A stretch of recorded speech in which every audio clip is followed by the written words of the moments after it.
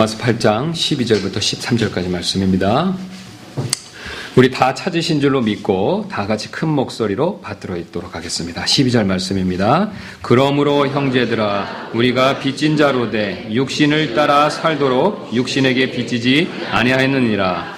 너희가 육신을 따라 살면 죽을 것이로되 성령을 통해 몸의 행실을 죽이면 살리라. 우리 13절 말씀만 한 번 더 읽도록 하겠습니다. 시작. 너희가 육신을 따라 살면 죽을 것이로되 성령을 통해 몸의 행실을 죽이면 살리라. 아멘. 제가 잠깐 기도하겠습니다. 주님 감사를 드립니다. 주님께서 오늘도 우리를 사랑해 주셔서 주님의 집으로 이렇게 불러 모아 주시고 또 오전 경배를 통해서 하나님의 이루 말할 수 없는 영적인 복을 허락해 주시고 또 이 시간에 또 한 번 복 주시기 위해서 우리를 이렇게 불러 모아 주시니 진심으로 감사를 드립니다. 하나님께서 우리에게 복을 주지 아니하시면 우리가 살 수가 없습니다. 땅의 복도 필요하고 영적인 복도 필요합니다. 특별히 이 시간엔 영적인 복이 필요합니다. 하나님의 말씀을 통해서 하늘의 복, 영적인 복, 하나님을 아는 복을 허락하여 주옵소서. 그리하여서 우리 안에 있는 생각이 바뀌고 우리 마음이 변화돼서 하나님을 더 사랑하고 이웃을 사랑함으로 하나님께 온전히 영광 돌릴 수 있는 저희 마라나타 침례교회 성도분들 다 될 수 있도록 주님의 성령께서 역사하여 주옵소서. 원수막이 틈타지 않게 도와주시고 내 안에 있는 죄가 역사하지 않도록 도와주셔서 오직 하나님의 말씀에 귀를 기울이고 마음을 활짝 열어 하나님의 말씀을 통해 변화받을 수 있도록 성령께서 강하게 역사하여 주옵소서. 저는 아무것도 아닙니다. 주님의 막대기입니다. 주님의 말을 전하는 부족한 자일 뿐입니다. 주님께서 저를 사용하여 주옵소서. 그리하여서 온전히 주의 말씀을 선포하고 또 전달할 수 있도록 주님 도와주옵소서. 감사드리며 모든 말씀 예수님의 이름으로 기도드렸습니다. 아멘. 1939년에 스페인의 공산주의자들이 기독교를 탄압하기 위해서 수많은 목회자들을 죽였습니다. 순교를 당한 목사님들 중에는 마르쿠에즈라는 목사님도 계셨습니다. 이 목사님은 순교당하기 전날에 자신의 아내와 또 교회의 형제 자매들에게 다음과 같은 한 통의 편지를 남겼습니다. 이제 몇 시간이 지나면 저는 구세주께서 주시는 형언할 수 없는 천국의 기쁨을 맛볼 것입니다. 그리스도를 위해 핍박받다가 죽는 것보다 더 좋은 죽음은 없을 것입니다. 하나님께서는 제게 과분한 특권을 주셨습니다. 그리고 모든 사람들에게 마지막으로 이렇게 부탁했습니다. 저를 위해 부디 복수를 부탁드립니다. 부디 저에게 악으로 대한 이 공산주의자들에게 선으로 대해 주셔서 그리스도인다운 복수를 해주시기를 꼭 부탁드립니다. 제가 곧 가게 될 그곳 천국에서 여러분을 다시 뵙기를 소망하며 마르쿠에즈 목사드림. 이 마르쿠에즈 목사님은 자신을 죽이려는 사람들에게 똑같이 죽음으로 복수하려 하지 않았습니다. 그는 예수님께서 말씀하신 대로 원수를 사랑하라는 가르침을 마지막까지 실천한 것입니다. 이처럼 우리 그리스도인은 심지어 원수일지라도 다른 사람을 해치거나 죽여서는 안 됩니다. 오히려 예수님처럼 모든 사람을 용서하고 사랑해 줄 필요가 있습니다. 그러나 여러분, 여기 단 한 가지 예외 상황이 있습니다. 우리 그리스도인이 이 세상에 있는 그 어떤 누구도 결코 미워하거나 죽여서는 안 되지만 한 존재만큼은 반드시 미워하고 죽여야 할 필요가 있습니다. 이 존재만큼은 이에는 이, 눈에는 눈으로 갚아줄 필요가 있습니다. 여러분, 이 존재가 누구인지 아십니까? 예, 바로 죄입니다. 우리가 이 세상에 있는 그 어떤 사람도 다 사랑해야 하지만 우리 안에 있는 죄만큼은 절대로 사랑해서는 안 됩니다. 오히려 철저히 미워하고 무자비하게 죽일 필요가 있습니다. 왜냐하면 내가 죄를 죽이지 않으면 죄가 나를 죽일 것이기 때문에 그렇습니다. 오늘 읽었던 13절 말씀을 다시 한번 보겠습니다. 너희가 육신을 따라 살면, 죄를 지면 이런 뜻이 되겠죠. 우리가 8장에서 쭉 살펴본 대로 육신을 따라 산다는 것은 무슨 말과 동일한 말이 되겠습니까? 죄를 짓는 것이죠. 그래서 너희가 죄를 지으면 뭐라고 말하고 있습니까? 죽을 것이로되, 반대로 성령을 통해 몸의 행실, 이 몸의 행실은 위에 나와 있는 육신을 따라 살면과 비슷한 말이 되겠습니다.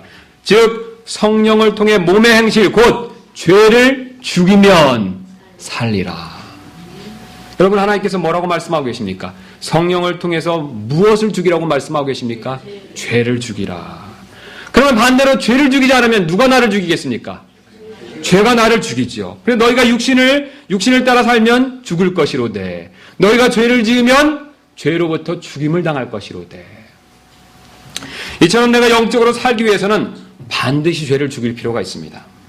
그러나 여러분 가운데 어떤 분은 죄를 죽인다는 것이 도대체 무슨 뜻인지 의아하게 생각하실지도 모르겠습니다.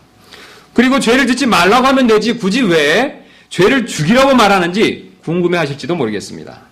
그러나 하나님께서 오늘 본문 말씀을 통해서 죄를 죽이라고 말씀하고 계십니다. 여러분 이 사실을 믿으십니까? 하나님께서 오늘 분명히 본문 말씀을 통해서 성령을 통해서 몸의 행실, 곧 죄를 죽이라고 말씀하고 계십니다. 그리고 오늘 이를 위해서 죄를 죽이는 것이 과연 무엇인지를 오늘 본문 말씀을 통해서 하나님께서는 알려주기를 원하고 계십니다. 그러면 오늘 제 설교의 목적은 죄를 죽이는 것이 과연 무엇인지, 무엇을 말하는지 그 내용을 여러분들과 함께 한번 살펴보는 데 있습니다. 그리고 이를 통해 주님의 말씀대로 죄를 죽이는 일에 철저히 실행하는데 그 오늘 본문 말씀을 드리는 목적이 있습니다. 그렇다면 죄를 죽이는 것은 과연 과연 무엇을 뜻하겠습니까?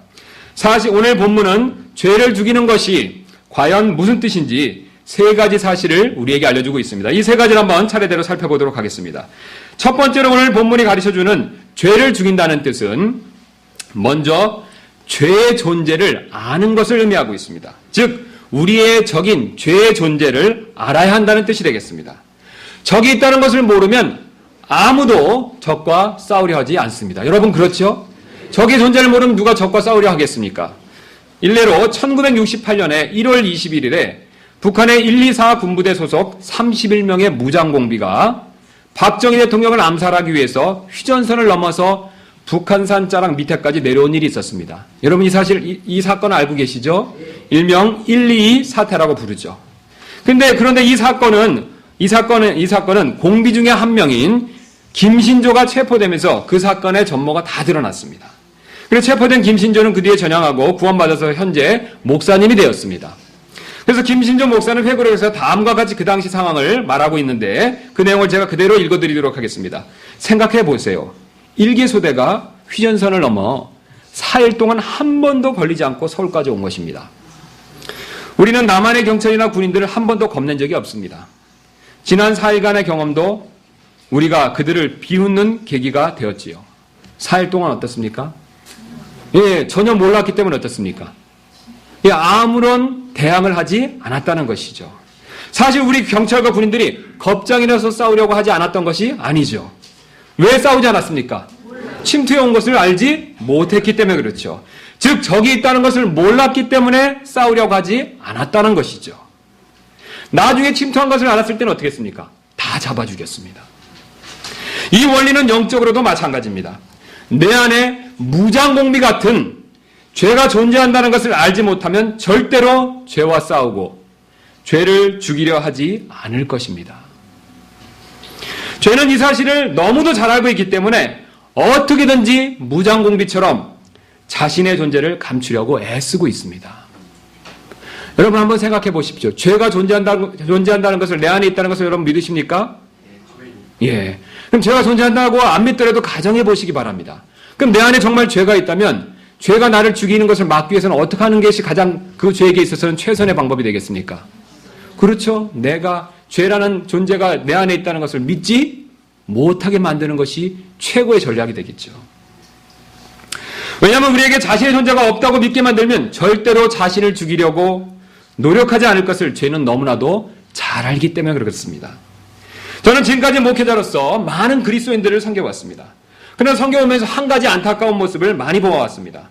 그것은 바로 죄를 짓고 후회하는 그리스도인들은 많이 보았지만 죄와 싸우려고 죄를 죽이려고 애쓰는 그리스도인들은 많이 보지 못했습니다. 즉 죄에게 당하고 후회하는 그리스도인들은 많았지만 반대로 죄에게 당하지 않고 죄와 싸우며 죄를 죽이려고 하는 그리스도인들은 조금밖에 되지 않았다는 뜻이 되겠습니다. 그렇다면 여러분 왜 죄를 죽이려고 애쓰는 그리스도인들이 많지 않겠습니까? 왜 소수일 수밖에 없겠습니까? 대부분의 그리스도인들이 자신 안에 죄가 있다는 것을 잘 알지 못하기 때문에 그렇습니다. 죄를 지어서 죄인일 뿐만 아니라 내 안에 누가 있습니까? 죄가 있기 때문에 나는 또한 죄인입니다. 이처럼 죄가 존재하는지조차를 잘 모르는데 어떻게 사실 죄를 죽일 생각을 가질 수 있겠습니까? 공비가 들어와 있다는 것을 모르는데 누가 공비를 잡아 죽이겠다는 생각을 할 수 있겠습니까? 사실 제가 아무리 죄가 내 안에 존재한다라고 많이 말씀드려도 이를 믿지 않으시면 절대로 죄를 죽일 수가 없습니다. 여러분 그렇죠? 제가 여러 번 하나님 말씀을 통해서 오늘 오전에 또 임동선 목사님의 말씀을 통해서 여러 번 말씀드렸습니다. 죄가 어디 있다고요? 내 안에 있습니다. 하나님께서는 내 안에 있는 그 죄를 죽이라고 말씀하고 계십니다. 다른 사람의 죄를 죽이지 말고 누구의 죄를 죽이라고 말씀하고 있습니까? 내 안에 있는 죄를. 그럼 내 안에 있는 죄가 있다는 것을 믿었을 때 죄를 죽이고자 하는 마음을 가질 수밖에 없다는 것입니다. 그러나 반대로 내 안에 있는 죄를 믿지 않으면 어떻습니까? 죽일 생각을 전혀 할 수가 없다는 뜻이 되겠죠. 깨닫고 믿는 분만 죄를 죽이려 할 것입니다. 죄는 이 사실을 너무나도 잘 알기 때문에 지금 이 순간에도 여러분을 속이기 위해서 지금 목사님 하는 말이 사실일까? 난생 처음 들어보는 말인데 사실이 아닐지도 몰라. 그런 게 어디 있어? 라는 생각을 넣어줄 수도 있습니다. 아멘이 없으신 걸 보니까 전부들 죄로부터 그런 생각을 갖고 계신 것 같습니다. 그러나 여러분 속지 마십시오. 하나님께서 주시는 말씀과 죄가 주는 생각 둘 중에 어느 것이 진리이고 사실입니까, 여러분? 여러분이 죄가 내 안에 존재한다는 사실을 믿고 죄를 죽이라는 명령에 순종할 때만 죄에게 항상 승리할 수 있습니다. 여러분 한번 생각해 보시기 바랍니다. 적의 존재를 알고 미리 싸우고 준비하는데 그 적에게 진리가 있겠습니까? 내 안에 죄가 있다는 것을 믿고 미리 사전에 그 죄를 찾아서 죽이는데 죄에게 진리가 있겠습니까? 이처럼 내 안에 무장공비 같은 죄가 존재한다는 사실을 알아야만 그 죄를 죽일 수 있다라고 오늘 주님께서 우리에게 알려주고 계십니다. 여러분 분명히 명심하십시오.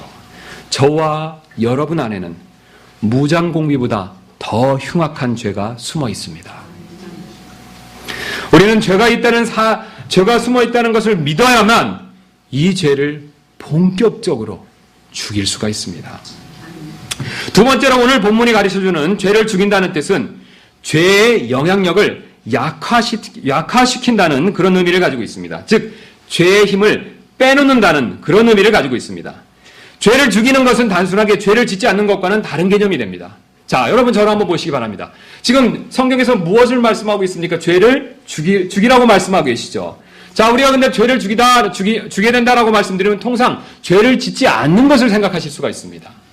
그러나 성경을 유심히 보시면 죄를 죽이는 것과 단순히 죄를 짓지 않으려고 노력해서 죄를 안 짓는 것과는 분명한 차이가 있습니다. 죄를 죽이는 것은 죄를 짓지 않는 것 이상의 의미를 가지고 있습니다. 죄를 참는 것을 방어에 비유한다면 죄를 죽이는 것은 공격에 비유할 수가 있습니다. 여러분 이 차이점을 이해하실 수가 있겠습니까? 쉬운 예로 지금이야 호랑이가 동물 안에 갇혀 있지만 우리 조선시대만 해도 대낮에 번화한 한양도성 한복판에 호랑이가 많이 나타났다고 합니다. 그래서 조선왕조실록에는 호랑이가 나타나 피해를 준 사건이 무려 677건이나 기록되어 있다고 합니다. 심지어는요 궁궐에 호랑이가 출몰한 기록도 적지 않다고 합니다. 놀랍죠? 궁궐 벽이 어떻습니까? 높은데 어떻게 호랑이가 그걸 타고 넘어왔나 봅니다. 예. 또 어떤 때는요 호랑이가 궁궐 안에 들어와 새끼를 낳은 경우도 있었다고 합니다. 호랑이가 궁궐을 자기 집 드나들듯이 들어왔다는 것이죠. 그래서 한양도성에 심할 때는요 한 달에 서너 번 호랑이가 출몰해서 백성들이 길에 나다니지 못하는 경우가 많이 있었다고 합니다. 그래서 호랑이가 나타났다라는 소문이 퍼지면 드넓은 도성의 대로에 개미 한 마리 얼씬거리지 않을 정도였다고 합니다. 여러분 광화문 가보신 적 있으시죠? 예, 그 앞에 이제 옛날에 육조가 있었고 큰 거기에 시장이 있었죠. 거기에도 호랑이가 출몰했다는 것입니다. 옛날에 호랑이의 피해가 극심했다는 내용이 되겠습니다. 그럼 여러분 잘 생각해 보십시오. 이런 호랑이의 공격을 막기 위해서는 울타리를 쌓아서 침범하지 못하게 하는 방법도 있습니다. 그렇죠. 그러나 울타리를 쌓더라도 구멍이 생기면 호랑이는 어떻습니까? 언제든지 넘어올 수 있죠. 그렇다면 어떻게 하면 호랑이의 공격을 보다 효과적으로 근본적으로 차단할 수 있겠습니까? 호랑이를 죽이는 것입니다. 여러분 맞습니까? 호랑이의 생명을 빼앗아 호랑이가 힘을 쓰지 못하게 만드는 것이 가장 효과적입니다. 마찬가지로 우리도 죄의 활동을 효과적으로 차단하기 위해서는 죄를 반드시 죽일 필요가 있습니다. 즉 죄의 유혹이 올 때 단순히 참을 것이 아니라 죄 자체를 죽일 필요가 있다는 뜻이 되겠습니다. 단순히 참기만 한다는 것은 호랑이가 못 넘어오게 울타리를 쳐놓는 정도밖에 되지 않습니다. 그러나 여러분 울타리에 구멍이 생기면 어떻습니까? 호랑이는 언제든지 넘어올 수가 있죠. 마찬가지로 죄의 유혹이 몰려오더라도 단순히 참기만 한다면 죄는 결코 물러서지를 않습니다. 언제든지 기회를 보고 있다가 다시 우리를 사로잡을 수 있다는 뜻이 되겠습니다. 그렇다면 호랑이를 근본적으로 해결하기 위해서는 죽여야 되듯이 죄의 공격을 근본적으로 해결하기 위해서는 어떻게 되겠습니까? 죄를 죽이는 것이 필요하죠. 죄의 힘을 빼앗는 것이 필요합니다. 그래서 근본적인 해결책은 바로 죄를 참는 것이 아니라 죄를 죽이는 데 있습니다. 죄가 활동을 시작해서 호랑이처럼 다가올 때 단순히 막고 참기만 할 것이 아니라 죄 자체를 죽이는 것이 필요하다는 뜻이 되겠습니다. 즉 죄의 활력을 빼앗아 죄가 힘을 쓰지 못하게 만들어야 된다는 뜻이 되겠습니다. 그래서 죄를 죽인다는 것은 죄의 활력을 빼앗아 죄가 힘을 쓰지 못하게 만드는 것을 의미하고 있습니다. 즉 죄의 영향력을 감소시키는 것을 의미하고 있습니다. 그렇다면 여러분 가운데 어떤 분은 그렇다면 죄의 영향력을 어떻게 그러면 감소시킬 수 있습니까? 어떻게 하면 약화시킬 수 있습니까? 라고 물으실지도 모르겠습니다. 그래서 죄의 영향력을 약화시키는 방법을 알기 위해서 우리는 먼저 죄가 어떻게 우리에게 영향을 미치는지 그 과정을 아는 일이 필요합니다. 그래서 첫 번째 단계로 죄는 우리의 욕구를 과도하게 자극한다는 사실을 먼저 알 필요가 있습니다. 그래서 이렇게 과도하게 자극된 욕구를 우리는 보통 욕심이라고 부르고 있습니다. 우리 창세기 3장 6절 한번 말씀 찾아보도록 하겠습니다. 창세기 3장 6절입니다.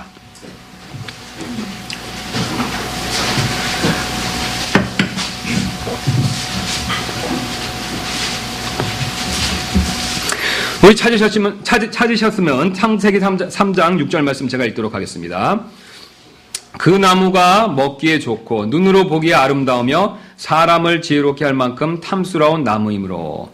자, 여자가 뱀의 유혹을 받았을 때 그 나무의 열매, 선악과의 열매를 따먹기 직전에 그 생각이 어떤 생각인지를 지금 보여주고 있습니다. 자, 그 나무를 봤을 때 뭐라고 표현하고 있었습니까?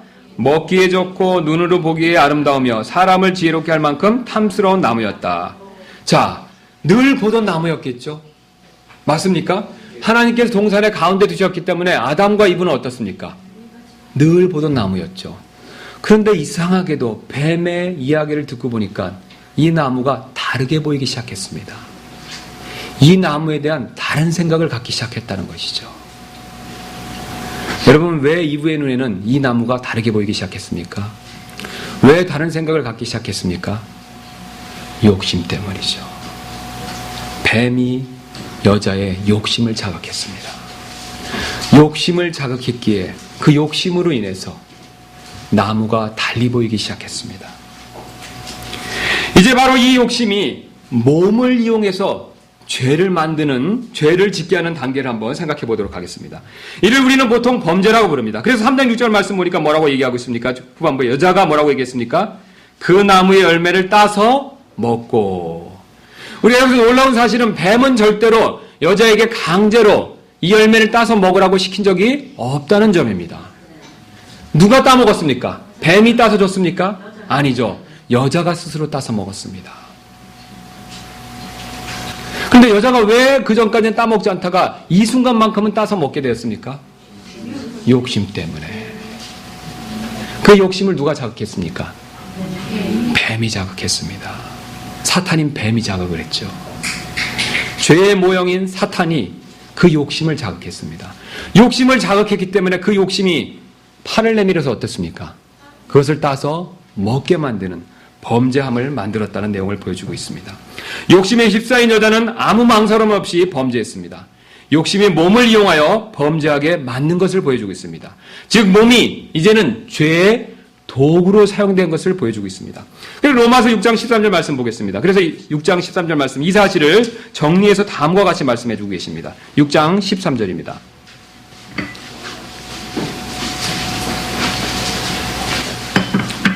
또한 너희의 지체를 불의의 도구로 죄에게 내주지 말며. 뭐라고 말씀하고 있습니까, 여러분? 너희의 지체는 뭘 얘기하고 있습니까? 몸을 얘기하죠. 너희의 몸을 뭐라고 얘기하고 있습니까? 불의의 도구로 죄에게 내주지 말며. 죄가 지금 무엇을 사용하고 있다는 것을 보여주고 있습니까? 몸을 사용하고 있는 것이죠. 그런데 죄가 직접 몸을 사용했습니까? 아니죠. 그 중간에 어떤 단계를 거쳤습니까? 욕심을 이용했죠. 결국 죄가 욕심을 통해 몸을 사용해서 범죄하게 만든 것을 보여주고 있습니다. 그래서 야고보서 1장 15절은 욕심이 잉태하면 죄를 낳고 이렇게 말씀하고 있습니다. 자, 지금까지 말씀드린 내용을 정리하면 다음과 같습니다. 우리 안에 무엇이 있습니까, 여러분? 죄가 있죠. 이 죄가 무엇을 자극합니까? 욕심을 자극하죠. 욕심을 자극하면 나도 모르게 어떻습니까? 이 몸이 죄의 도구로 사용되죠. 그 결과 무엇을 합니까? 범죄하게 됩니다. 자, 그럼 제가 이제 지금부터 질문을 드리겠습니다. 여러분 잘 생각해 보실 필요가 있습니다. 그렇다면 우리는 죄의 영향력을, 죄를 죽이기 위해서, 죄의 영향력을 감소시키기 위해서는, 약화시키기 위해서는 어떤 부분을 죽여야 되겠습니까? 몸을 먼저 죽여야 되겠습니까? 소용이 없죠. 지금 몸이 원인이 아니라 뭐가 원인입니까? 죄가 원인이죠. 몸이 잘못이 아니라 죄가 잘못이기 때문에 몸을 죽여서는 소용이 없습니다. 그래서 도박을 안 하겠다고 오른쪽 엄지손가락을 잘라도 결국은 왼쪽 엄지손가락으로 다시 하게 되어 있고, 왼손으로 하니까 잘 안 된다고 연습해야 된다고 더 하게 되어 있습니다.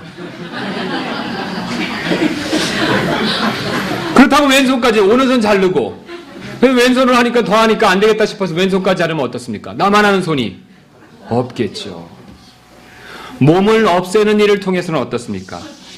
마음 안에 있는 이 죄를 막을 수가 없습니다. 몸을 아무리 잘라내도 이 마음 안에 있는 죄가 범죄하는 것을 막을 수가 없습니다. 막을 수가 없습니다.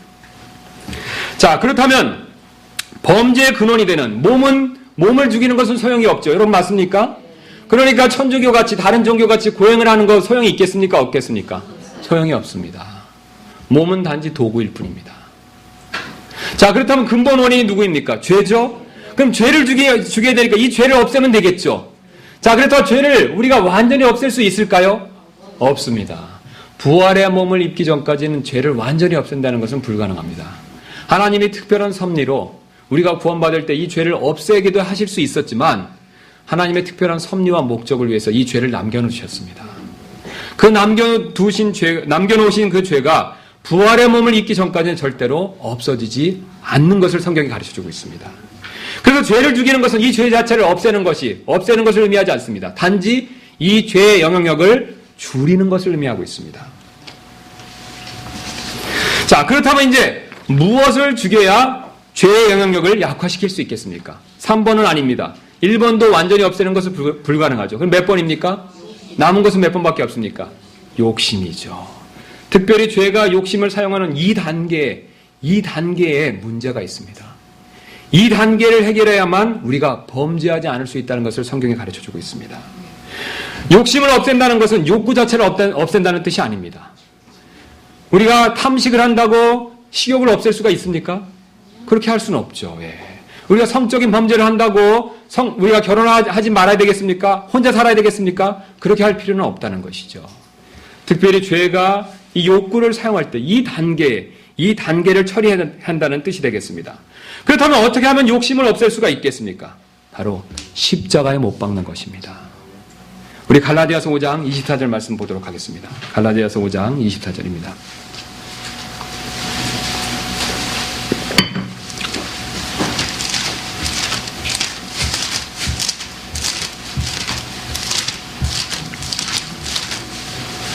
(5장 24절) 말씀 제가 읽도록 하겠습니다. 그리스도께 속한 사람들은 뭐라고 말씀하고 있습니까, 여러분? 애착들과 정욕들과 함께 뭘 얘기하고 계십니까? 육신을 뭐에다 못 박았다고 말씀하고 있습니까? 십자가에 못 박았다.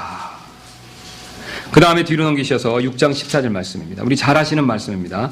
그러나 나는 우리 주 예수 그리스도의 십자가 외에 결코 어떤 것도 자랑할 수 없나니. 그 다음 구절을 유심히 보실 필요가 있습니다. 그분으로 말미암아 세상이 나에 대하여 십자가에 못 박혀 있고. 자, 그 중간에 나에 대하여를 이렇게 일단 접어놓으시고 생각하지 마시고 읽으면 더 의미가 분명히 다가옵니다. 그분으로 말미암아 세상이 뭐라고 말씀하고 계십니까? 나에 대하여를 생각하고 읽어보시기 바랍니다. 그분으로 말미암아 세상이 십자가에 못 박혀 있고 어떤 게 못 박혀 있습니까? 세상에 못 박혀 있는 거죠. 그렇죠, 여러분?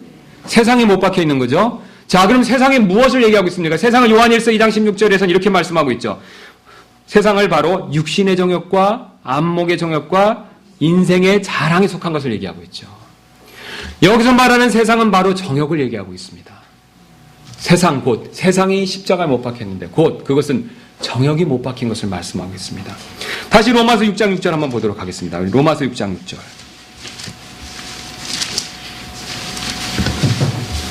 자, 우리 옛사람이 그분과 함께 뭐라고 말씀하고 있습니까?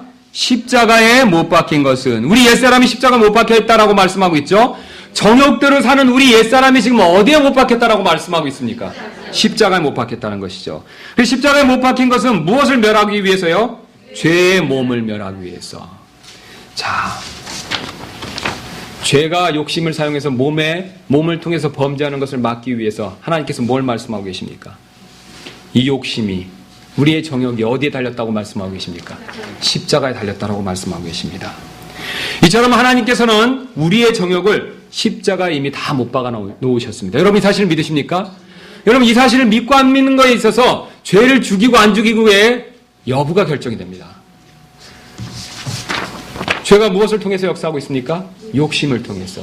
그런데 그 욕심은 지금 어디에 달려 있습니까? 사실은 십자가에 달려 있죠. 십자가 달려서 어떻게 있습니까? 죽어 있습니다. 죽어 있기 때문에 이 사실을 믿으면 성령께서 일하기 시작하십니다. 죄가 욕심을 통해서 내 안에 몸을 도구로, 죄의 도구로 사용하는 일을 못하게 한다는 뜻이 되겠습니다. 여러분 쉽게 모세가 광야에서 노뱀을 들어올린 사건을 기억하실 것입니다. 자, 모세가 노뱀을 딱 들어올렸을 때 어떤 사람만 살았습니까? 쳐다본 사람만. 그것을 쳐다봤을 때 성령 하나님께서 치료해 주셨습니다. 여러분 맞습니까? 그것 자체에서 뭐가 나왔습니까? 아니죠. 그것을 쳐다봤을 때, 믿음으로 쳐다봤을 때 하나님께서 일하신 거죠. 여러분 이것과 동일합니다. 우리의 욕심이 어디에 달려 있습니까? 십자가에. 십자가에 달린 것을 믿고 이렇게 십자가를 쳐다보면 누가 일하신다는 겁니까? 성령이 일하십니다. 성령 어디 계십니까 여러분? 내 안에 계시죠. 내 안에서 죄가 욕심을 통해서 범죄하게 할 때 그것을 못하게 막으신다는 뜻이 되겠습니다. 즉 성령께서 죄의 힘을 빼놓으시고 죽이신다는 뜻이 되겠습니다. 로마서 8장 오늘 13절 말씀 이렇게 말씀하고 계십니다. 성령을 통해서 뭐라고 말씀하고 계십니까? 몸의 행실을 죽이면. 죽이긴 죽여야 되는데 누구를 통해서요? 성령을 통해서 몸의 행실을 죽이면 살리라. 골로새서 3장 5절도 비슷한 명령을 우리에게 주고 계십니다. 3장 5절 찾아보도록 하겠습니다. 골로새서 3장 5절.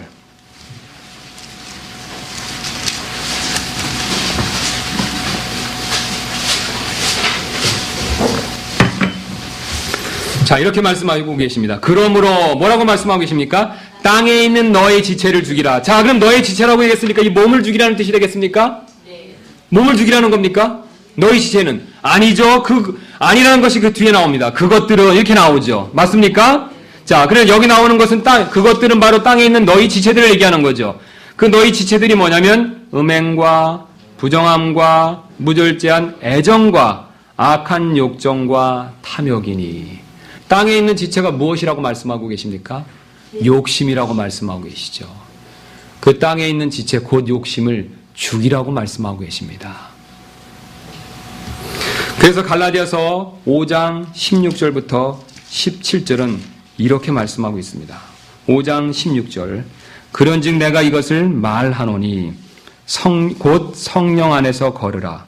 그리하면 너희가 육신의 욕심을 이루지 아니하리라.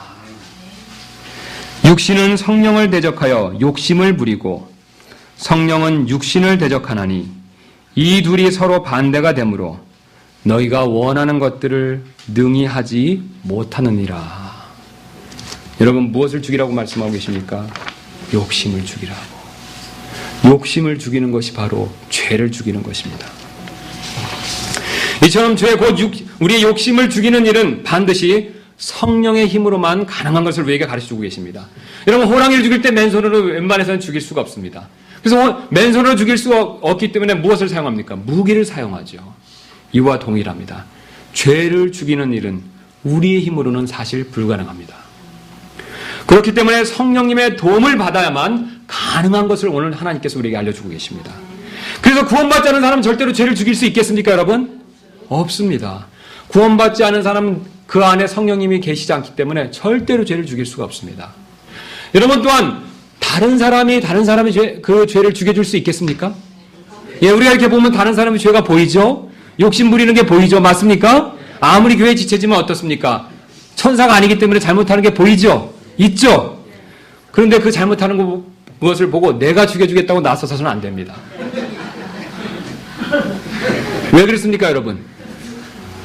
나는 그 죄를 죽일 수가 없습니다. 사람의 힘으로는 죽일 수가 없습니다. 그래서 그걸 죽여주겠다고 나서면 괜히 싸움만 나죠.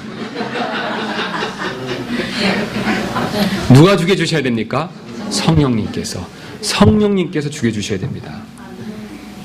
그러나 구원받아 성령이 계시다고 자동으로 죄를 죽이게 되는 것은 절대로 아닙니다. 아무리 좋은 무기가 있어도 어떻습니까? 사용하지 않으면 효과가 없습니다. 성령께서 아무리 우리 안에 계시지만 내가 죄를 죽이려고 애쓰지 않으면 절대로 이 성령의 도움을 받을 수가 없습니다. 성령은 분명히 내 안에 계십니다. 그러나 내가 죄를 죽이기 위해서 죄를 죽이려는 이 명령에 순종할 때만, 그래서 성령님의 도움을 요청할 때만 죄를 죽일 수가 있습니다. 그 전에는 절대로 성령님의 도움을 받을 수가 없습니다. 그러므로 우리는 성령의 도움을 받아 죄를 죽이려고 노력할 필요가 반드시 있습니다. 이제 마지막으로 오늘 본문이 가르쳐주는 죄를 죽인다는 뜻은 죄를 증오하는 것을 뜻합니다. 즉 죄를 철저히 미워한다는 것을 말하고 있습니다. 사람이 다른 사람을 죽이는 가장 큰 이유는 바로 증오심 때문인 경우가 많이 있습니다. 일례로 지난 금요일에 엊그제입니다. 미국 로스앤젤레스 공항 국내선 터미널에서 또다시 총기 난사 사건이 일어났습니다. 뉴스 보신 분 계시지요? 그래서 범인은요, 공항 검색대 앞에서 이 반자동 소총을 막 쏴서 공항 직원 1명을 숨지게 하고 8명을 다치게 했다고 합니다. 근데 범인의 동기는 단순했습니다. 공항 직원에 대한 증오심 때문이었다고 합니다. 우리 공항에 가면 보안 요원들이 있죠. 이 사람이 어떤 이유인지는 모르지만 그 보안 요원들에 대한 증오심 때문에 그 사람들만 골라서 쐈다고 합니다. 현장에서 발견된 범인의 메모장에는 공항 직원, 보안대 요원을 죽이고 싶다라고 적혀 있었다고 합니다. 이처럼 증오심은 다른 사람을 죽이게 만들 수 있습니다. 그래서 우리는 다른 사람에 대한 증오심을 갖지 않도록 늘 조심할 필요가 있죠. 그러나 여러분, 예외가 있습니다. 죄에 대해서는 증오심을 반드시 가질 필요가 있습니다. 왜냐하면 죄에 대한 증오심을 가져야만 죄를 죽일 수 있기 때문에 그렇습니다. 죄를 미워하지 않고 죄를 증오하지 않고는 절대로 죄를 죽일 수가 없습니다. 반대로 죄를 사랑하는 마음이 조금이라도 있다면 그 죄를 사실 죽이기는 어렵습니다. 여러분, 하나님께서 사울에게 아말렉의 모든 족속을 다 멸절하라고 명령하신 것을 기억하실 것입니다. 그런데 사울과 이스라엘 백성이 다 멸절했습니까? 아니죠. 아갑과 그 짐승 중에서 어떻습니까? 양과 소 중에서 좋은 것은 죽이지 않고 살려두었죠. 왜 살려뒀습니까? 사무엘상 15장 9절 보면 이렇게 얘기하겠죠. 좋은 양과 좋은 소를 사랑하는 마음이 있었기 때문에 그렇습니다. 사실 그것이 잘못됐다는 것을 사울과 이스라엘 백성은 알고 있었습니다. 그래서 다 죽여야 된다는 것도 알고 있었습니다. 그런데 왜 차마 칼로 죽이지 못했습니까? 그 좋은 것들을 사랑하는 마음이 어떻습니까? 조금이라도 있었기 때문에 그렇죠. 여러분, 우리도 똑같습니다. 우리가 죄를 철저하게 죽이지 못하는 이유는 사실 그 죄가 주는, 은근히 주는 죄의 낯을 조금이라도 사랑하는 마음이 사실은 있기 때문에 그렇습니다. 뒤에서 흉보는 것이 나쁜 죄인지 알지만 흉보는 재미가 있기 때문에 흉보는 죄를 사울처럼 죽이지 못하는 것입니다. 식탐이 죄인지 알지만 먹는 즐거움 때문에 식탐의 죄를 죽이지 못하는 경우가 있습니다. 헌금을 드리지 않는 것이 죄인지 알지만 안 낸 헌금으로 보너스처럼 필요한 데 쓰는 즐거움이 있기 때문에 헌금을 내지 않는 습관적인 죄를 죽이지 못하는 경우가 있습니다. 남을 이용해 먹는 것이 죄인지 알지만 남을 이용해서 얻는 이득이 있기 때문에 남을 이용해 먹는 죄를 죽이지 못하는 경우가 있습니다. 아는 척하는 것이 죄인지 알지만 아는 척해서 높임받는 이득이 있기 때문에 아는 척하는 죄를 죽이지 못하는 경우가 있습니다. 그러나 우리는 그리스도께서 우리를 위해 하신 일을 생각하면 죄를 죽이는 일을 결코 게을리할 수가 없습니다. 내가 은근히 사랑하고 즐기는 이 죄가 사실은 여러분 나를 지옥에 떨어지게 할 뻔했다는 사실을 우리는 항상 기억할 필요가 있습니다. 여러분 죄가 어디 있습니까? 내 안에 있죠. 그런데 이 내 안에 있는 이 죄 때문에 내가 어디 갈 뻔했습니까? 지옥에 갈 뻔했죠. 나를 지옥으로 가게 만든 죄는 어디 있습니까? 여러분 여전히 내 안에 있습니다. 그럼 내 안에 있는 이 죄를 조금이라도 사랑해서는 되겠습니까? 이 죄 때문에 내가 사실 어디 갈 뻔했습니까? 지옥에 갈 뻔했죠. 또 이 죄 때문에 나를 사랑하시는 그리스도께서 어디서 죽으셨습니까? 십자가에서 죽으셨습니다. 그렇다면 죄를 결코 사랑할 수가 없습니다. 오히려 반대로 죄를 미워해야 합니다. 오히려 죄를 증오해야 합니다. 그리고 죄를 반드시 죽일 필요가 있습니다. 내가 은근히 사랑하고 즐기는 죄 때문에 내가 지옥에서 얼마나 큰 값을 치를 뻔했는지, 또 그리스도께서 얼마나 큰 값을 치르셨는지를 생각한다면 결코 이 죄를 사랑할 수가 없습니다. 오히려 죄를 미워하고 반드시 죽일 수밖에 없습니다. 또한 죄와는 정반대로 하나님께서 얼마나 좋은 것들을 우리에게 주셨는지를 여러분 한번 생각해 보시기 바랍니다. 하나님께서 우리를 하나님의 자녀가 되도록 해주셨습니다. 여러분 이 사실 믿으십니까? 또 어디 아래 살게 하셨습니까? 은혜 아래 살게 하셨죠. 여러분 은혜 아래 살기 때문에 어떻습니까? 행복하십니까? 괴로우십니까? 행복하고 좋으시죠. 하나님께 제가 개인적으로 감사드리는 것은 우리 마라나타 교회가 계속해서 은혜 아래 삶을 누리고 있기 때문에 그것에 대해서 저는 개인적으로 상당히 큰 감사를 드리고 있습니다. 여러분 하나님께서 계속해서 복 주셔서 더 은혜 아래에서 많은 그런 자유를 누리시기를 바랍니다. 하나님께서 이렇게 우리에게 좋은 것들을 주셨습니다. 죄와 율법으로부터 자유를 주셨습니다. 또한 우리 안에 성령을 주셨습니다. 얼마나 좋은 것들을 은혜로 많이 주셨습니까?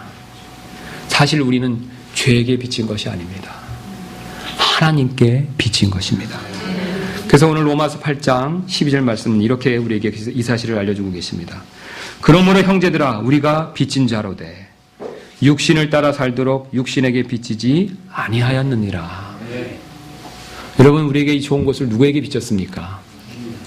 육신에게 빚졌습니까? 하나님께 빚을 졌습니까? 하나님께 빚을 졌습니다. 게다가 죄를 죽이지 않으면 반대로 죄가 나를 죽입니다. 즉 죄가 우리의 영적 활력을 잃게 만든다는 뜻이 되겠습니다. 그래서 13절 말씀 보시면 너희가 육신을 따라 살면 살 것이라고 말씀하셨습니까? 죽을 것이라고 말씀하셨습니까? 예, 너희가 육신을 따라 죄를 따라 살면 그 죄가 너희를 죽일 것이라고 말씀하고 계십니다. 죄를 지으면 죄가 영적으로 나를 죽게 만든다는 뜻이 되겠습니다. 즉 영적인 활력과 기쁨을 잃게 만든다는 뜻이 되겠습니다. 그래서 뒤에서 험담하는 죄를 죽이지 않으면 뒤에서 기도해주는 기쁨을 누릴 수가 없습니다. 또 식탐의 죄를 죽이지 않으면 절제의 기쁨과 건강의 상쾌함을 누릴 수가 없습니다. 헌금을 인색하게 내는 죄를 죽이지 않으면 하나님께 드리는 기쁨을 누릴 수가 없습니다. 남을 이용해 먹는 죄를 죽이지 않으면 남을 도와주는 기쁨을 절대로 누릴 수가 없습니다. 아는 척하는 죄를 죽이지 않으면 겸손의 기쁨을 누릴 수가 없습니다. 죄가 이렇게 피해를 주는 것을 생각하면 우리는 죄를 사랑하지 말고 죄를 반드시 죽일 수밖에 없습니다. 여러분 명심하십시오. 하나님께서 우리가 죄를 사랑하지 말고 죽이기를 원하고 계십니다. 우리는 지금까지 죄를 죽이는 것이 무엇인지를 살펴보았습니다. 오늘 말씀으로부터 얻을 수 있는 몇 가지 교훈을 살펴보고 이제 말씀을 정리하도록 하겠습니다. 우리가 얻을 수 있는 첫 번째 교훈은 거룩한 삶을 위해서는 반드시 죄를 죽여야 한다는 것입니다. 여러분 거룩하게 살기 원하십니까? 여러분 그렇다면 첫 번째 목적이 있습니다. 목표가 있습니다. 여러분 반드시 죄를 죽이시는 것이 필요합니다. 우리가 거룩해지기 위해서는 우리가 쉽게 성경을 읽고 기도하고 세상적인 곳에 가지 않는 그런 방법을 생각할 수가 있습니다. 물론 그런 방법이 맞습니다. 여러분 그러나 죄는 더 교묘합니다. 우리가 성경을 읽고 기도하더라도 또는 죄된 곳에 가지 않더라도 죄는 우리를 범죄하게 할 수 있습니다. 여러분 우리가 앞에서 죄는 율법도 이용했다는 사실을 기억할 필요가 있습니다. 그래서 죄는 우리가 기도하는 것, 우리가 하는 성경 말씀도 죄의 도구로 충분히 사용할 수가 있습니다. 여러분 바리새인들을 한번 생각해 보시기 바랍니다. 그들이 얼마나 자주 금식했습니까? 그들이 얼마나 성경을 많이 알았습니까? 그들이 얼마나 죄된 곳을 가지 않았습니까? 그럼에도 불구하고 그들은 어땠습니까? 너무나도 마음속으로 많은 죄를 짓고 있었습니다. 예수님만큼은 속일 수가 없었습니다. 여러분, 죄는 이렇게 무섭습니다. 우리 안에서 숨어서 역사하고 있습니다. 그래서 우리가 진정으로 거룩한 삶을 살기를 원한다면 우리 안에 있는 죄를 찾아서 죽이는 일이 반드시 필요합니다. 두 번째 얻을 수 있는 교훈은 더 많이 거룩해지기를 원하면 죄를 더 많이 죽여야 한다는 사실입니다. 즉, 죄를 많이 죽일수록 더 많이 거룩하게 살 수 있다는 뜻이 되겠습니다. 죄와 거룩은 어떻습니까? 서로 반대이지요. 정반대이기 때문에 죄를 많이 죽일수록 어떻습니까? 거룩한 삶을 많이 살 수가 있죠. 여러분, 이스라엘 백성들을 한번 생각해 보시기 바랍니다. 이스라엘 백성이 출애굽하고 가나안 땅에 정착하기 전에 하나님께서 명령하신 것이 있죠. 가나안에 있는 잡족들을 다 어떻게 하라고 얘기했습니까? 다 죽이라고 그랬죠. 여러분, 왜 죽이라고 그랬습니까? 그렇죠. 그들이 남아있으면 그들이 어떻게 합니까? 이스라엘 백성을 또 범죄하게 하는 거죠. 그들이 죄의 뿌리입니다. 이스라엘 백성을 우상숭배하게 만드는 원흉이 된다는 거죠. 그래서 하나님께서 어떻게 하셨습니까? 다 죽이라고 그랬죠. 그런데 이스라엘 백성은 어떻게 했습니까? 다 죽이지 않고 남겨뒀습니다. 그랬더니 남겨뒀더니 어떤 일이 발생했습니까? 그들을 통해서 결혼하고 그것을 통해서 어땠습니까? 이스라엘 백성들이 너무나도 자주 우상숭배의 죄에 빠졌습니다. 마찬가지로 우리 안에 남아있는 죄를 계속해서 죽여야 그 죄의 영향을 안 받고 거룩하게 살 수가 있습니다. 여러분, 혹시 이 밭이나 정원에서 잡초를 뽑아본 적이 있으십니까? 잡초는 어떻습니까? 뽑아도 자꾸 나죠. 그렇다고 귀찮다고 내버려두면 어떻습니까? 잡초가 정원이나 밭을 다 차지하죠. 여러분, 죄도 똑같습니다. 우리 안에 있는 죄는 호시탐탐 기회를 엿보고 있습니다. 항상 우리의 마음을 다시 지배하고 차지하기 위해서 애쓰고 있습니다. 그 죄를 가만두었을 때는 결국은 우리가 당할 수밖에 없습니다. 그 죄로부터 당하지 않기 위해서는 어떻게 하는 것이 필요합니까? 죄를 날마다 매 순간마다 죽이는 것이 필요합니다. 마치 잡초를 뽑아 매일 잡초를 뽑아야 되듯이 우리 안에 있는 이 죄를 날마다 뽑아서 죽이는 것이 필요하다라고 주님께서 우리에게 말씀해 주고 계십니다. 세 번째 얻을 수 있는 교훈은 더 많이 죄를 죽이기 위해서는 더 많이 성령님을 의지하는 일이 필요하다는 사실입니다.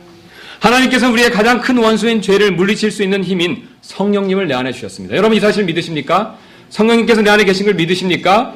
성령님이 계시기 때문에 이 성령님을 의지하면 죄를 죽일 수 있고 물리칠 수 있다는 것을 여러분 믿으십니까? 또 그 결과 우리에게 죄를 죽이라는 의무를 주셨습니다. 우리가 죽일 수 없으면 하나님께서 죽이라고 하시겠습니까? 하나님께서 죽이라고 말씀하신 것은 어떤 의미를 가지고 있습니까? 죽일 수 있다는 뜻이죠. 그러나 우리가 이 의무에 불순종한다면 성령님의 도우심을 거부하는 것과 같습니다. 지금 성령님은 내 안에 계십니다. 내 안에 또 죄가 있습니다. 내가 있고 죄가 있고 또 누가 계십니까? 성령님이 계시죠. 근데 성령님은 누구를 죽이기를 원하십니까? 죄를 죽이기를 원하시죠. 그래서 성령님이 계시는 모습을 좀 재밌게 표현하면 성령님은 어떻게 하고 계시겠습니까? 말씀의 검으로 어떻게 하고 계시겠습니까? 죄를 이렇게 어떻게 하고 계시겠습니까? 죽이려고 하고 계시겠죠.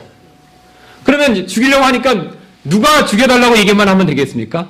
내가 죽여주십시오, 성령님 도와주셔서 죄를 죽여주십시오 하면 누가 죽이십니까? 성령님이 죽이시죠. 내가 죽이겠다 하면 죽일 수 있습니까? 없습니다. 내가 죽이려고 하면 죄가 내 칼을 빼서 나를 죽이죠. 누가 죽이기 위해서 준비하고 계십니까? 성령님께서. 성령님이 죽이려고 준비하고 계십니다. 나는 단지 부탁만 하면 된다는 것입니다. 그러나 내가 부탁하지 않으면 어떻습니까? 죄가 살아나서 내 마음을 지배하고 다시 내 마음을 차지한다는 것이죠. 우리 여기 세콤이 있는데 세콤을 설치한 이유가 있습니다. 범죄자들, 도둑이 들어오면 어떻습니까? 신고해서 잡을 수 있게 하기 위해서죠. 그래서 비싼 돈을 우리가 내면서 세콤을 설치해놨는데, 자, 도둑이 그래서 밤에 왔습니다. 왔는데도 신고를 안 하면 어떻습니까? 바보 같은 거죠. 왔으면 어떻게 됩니까? 신고만 하면 누가 옵니까? 예, 경찰, 세콤 직원들이 와죠. 직원들이 와서 범인들을 어떻게 합니까? 다 잡아가죠. 그와 똑같습니다. 이 죄를 잡아 죽일 수 있는 성령님께서 계십니다. 우리가 어떻습니까? 부탁만 하면, 우리가 기도로서 간구만 하면 그 성령님이 어떻게 하십니까? 금방 죽이실 수 있는 그런 준비가 되어 있다는 뜻이 되겠습니다. 아멘. 성령께서 출동하시려고 준비하고 있기 때문에 신고만 하면 된다는 뜻이 되겠습니다. 그러나 성령께 부탁하지 않으면 성령의 도우심을 거부하는 것과 같은 일이 벌어질 수밖에 없습니다. 그래서 이것은 에베소서 4장 30절에서 경고하는 것처럼 하나님의 거룩한 영을 슬프게 만드는 일일 뿐입니다. 여러분, 그러면 성령님께서는 죄를 죽이고 싶으신데 내가 부탁을 하니까 성령님의 마음이 어떠시겠습니까? 답답하시죠. 네. 부탁만 하면 되는데, 부탁해서 이 죄를 죽이면 영적으로 살고 복된 삶을 누릴 수 있고 천국의 소망이 넘치고 활력 있는 삶을 살 수 있는데 지금 무엇을 안 하고 있는 것 뿐입니까? 부탁을 안 하고 있는 거죠. 부탁만 하면 되는데, 부탁을 안 하니까 죄가 오히려 어떻게 합니까? 활개치고 있는 거죠. 죄가 내 마음을 좌지우지하고 있는 것입니다. 무장공비처럼 들어와서 마음대로 다스리고 있는 거죠. 도둑처럼 들어와서 내 안에 좋은 영적인 자산들을 다 훔쳐가고 있습니다. 근데 성령님은 뭐하고 계십니까? 예, 죽이려고 하시는데 누가 부탁을 안 합니까? 내가 부탁을 안 하니까 어떻게 하고 계십니까? 안타까우신 거죠. 여러분, 성령님을 근심하게 만들어서는 안 된다라고 하나님께서 말씀하고 계십니다. 게다가 성령님의 도우심을 거부하면 마음은 죄로 인해서 더 강팍해질 뿐이라고 말씀하고 계십니다. 그래서 히브리서 3장 13절에 이렇게 말씀하고 계십니다. 오직 오늘이라 불리는 때에 서로 날마다 권면하여 너희 가운데 아무도 죄의 속임수를 통해 강팍하게 되지 아니하도록 하라. 죄의 속임수를 통해서 강팍해지지 말라고 경고하고 있습니다. 그리고 마음에 강팍해지면 신앙생활이 전반적으로 무기력해질 수밖에 없습니다. 결국 영적 생활의 활력과 생명력을 얻는 일은 죄를 얼마나 효과적으로 죽이는 일에 거기에 달려있다라고 말씀하고 계십니다. 그래서 우리 시편 31편 10절 말씀 한번 찾아보도록 하겠습니다.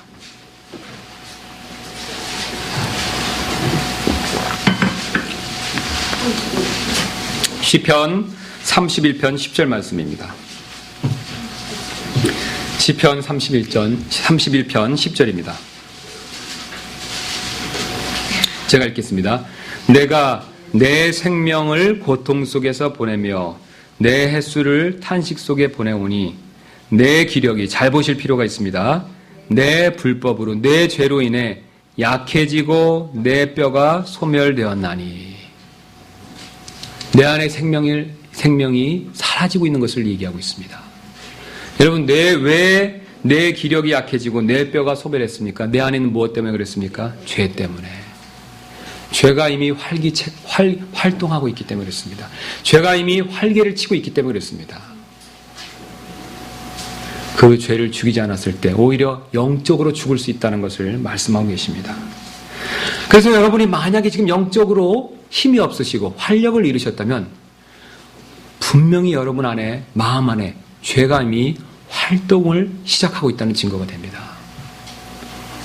그 죄를 죽이셔야만 영적인 힘을 다시 얻을 수가 있습니다.